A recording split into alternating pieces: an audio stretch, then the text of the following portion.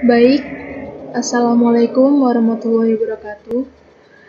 Sebelumnya, perkenalkan nama saya Meta Putriani, NPM 18130250007. Jadi di sini saya akan menjelaskan tentang sequence diagram pada mata kuliah Rekayasa Perangkat Lunak. Saya berasal dari program studi Pendidikan Teknologi Informasi. Berikut ada beberapa penjelasan mengenai sequence diagram. Yang pertama yaitu pengertian sequence diagram. Sequence diagram adalah satu dari diagram-diagram yang ada pada UML.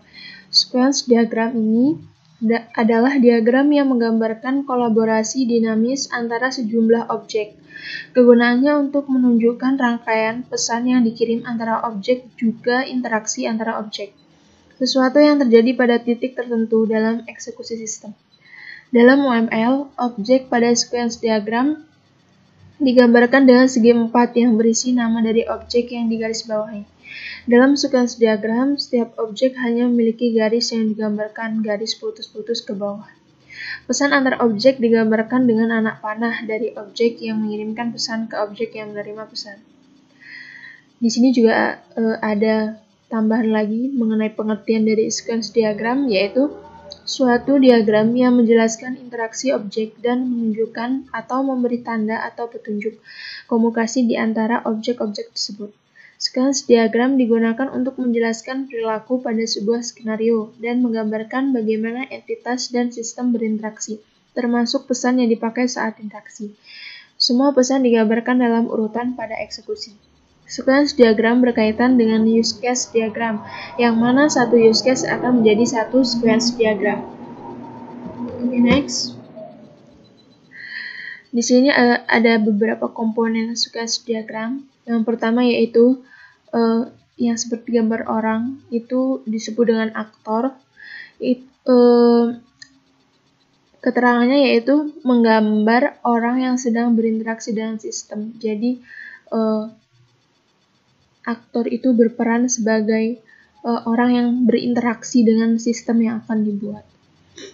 Yang kedua ada entity class. Itu menggambarkan hubungan yang akan dilakukan. Jadi simbol entity class ini menggambarkan suatu hubungan yang akan dilakukan oleh aktor. Yang ketiga ada boundary class, yaitu menggambarkan sebuah gambaran dari form.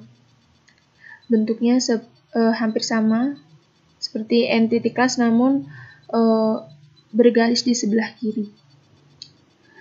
Yang keempat yaitu control class. Control class yaitu menggambarkan penghubung antara boundary dengan tabel. Jadi control class ini sebagai penghubung antara boundary class seperti gambar yang ada di nomor 3 dengan tabel sequence diagram ini. Kemudian yang kelima yaitu a focus of control and a lifeline, yaitu menggambarkan tempat mulai dan berakhirnya message. Jadi simbol tersebut itu tuh menunjukkan lamanya dari sebuah proses. Jadi jika semakin panjang itu kotaknya itu semakin panjang, tandanya berarti prosesnya itu lama. Jadi disebut sebagai menggambarkan tempat mulai dan berakhirnya suatu message atau pesan. Dan yang keenam yaitu simbol a message, seperti tanda panah ya. Itu berguna sebagai menggambarkan pengiriman pesan. Jadi pesan dari entity class ataupun aktor yang berhubungan seperti itu dihubungkan menggunakan a message sebagai penghubung, sebagai menggambarkan pengiriman pesan atau maksudnya. Kemudian setelah itu nanti akan muncul a focus of control and lifeline ini sebagai lama proses sistem tersebut. Next yaitu korelasi diagram. Jadi beberapa diagram yang sudah pernah dipelajari yaitu salah satunya use case diagram. Use case diagram yaitu model fungsional sebuah sistem yang menggunakan aktor dan use case. Use case adalah layanan atau service atau fungsi-fungsi yang disediakan oleh sistem untuk penggunanya. Use case diagram menggambarkan fungsionalitas yang diharapkan dari sebuah sistem. Yang tertekan adalah apa yang dibuat sistem dan bukan bagaimananya. Namun, sebuah use case menerangkan sebuah interaksi antara aktor dengan sistem. Dan diagram selanjutnya yaitu kelas diagram. Kelas diagram yaitu diagram yang digunakan untuk menampilkan beberapa kelas serta paket-paket yang ada dalam sistem atau perangkat lunak yang sedang kita gunakan. Definisi kelas diagram adalah kumpulan objek-objek dan yang mempunyai struktur umum, behavior umum, relasi umum, dan semati atau kata-kata umum. Kelas-kelas yang ditentukan dengan cara memeriksa objek-objek dalam sequence diagram dan collaboration diagram.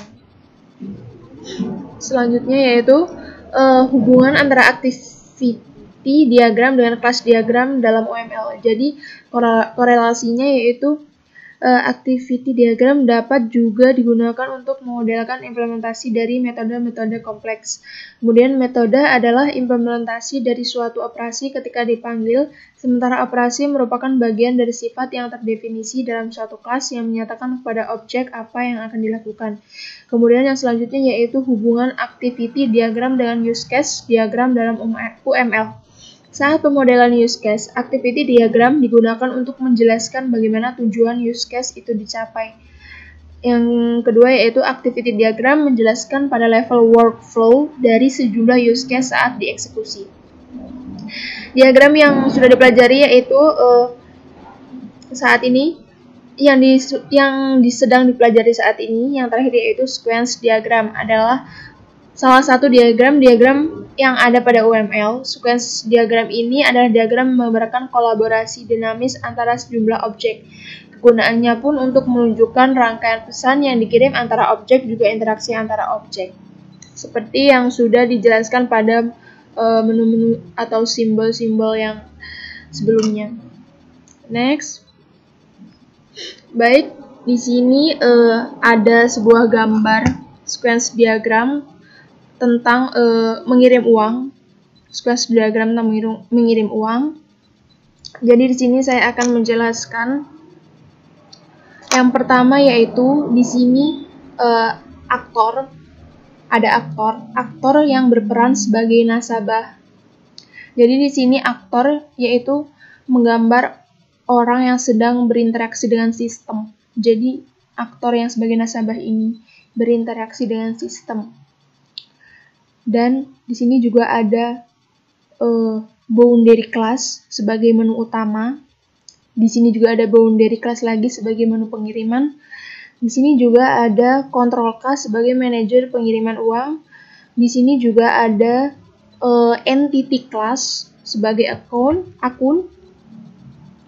Dan di sini juga ada entity class sebagai pengirim.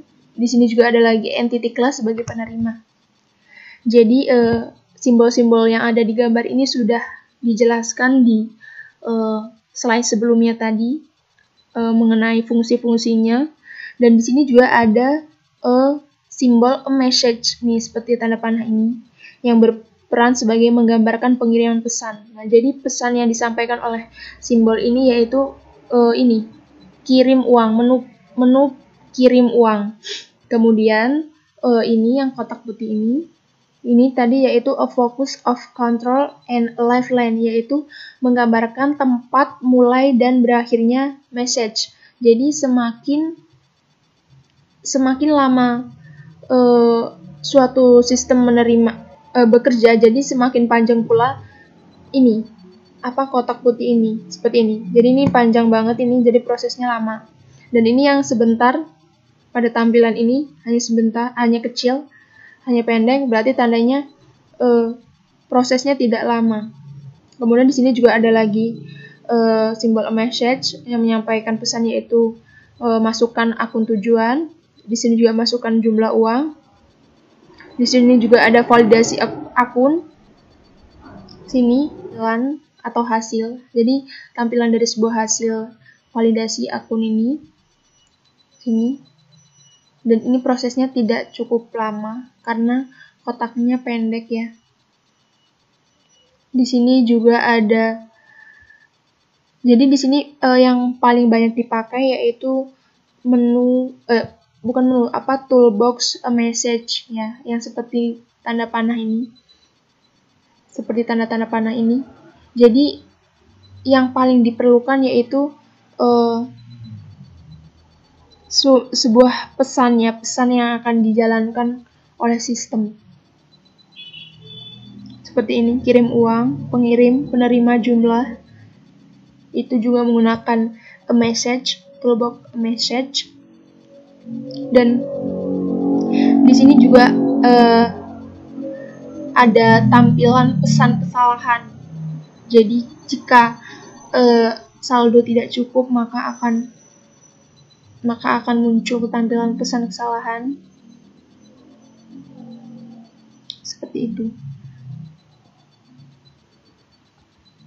Sini juga ada garis putus-putus yang menghubungkan antara aktor, terus entity class, boundary class itu ke ini, ke diagramnya.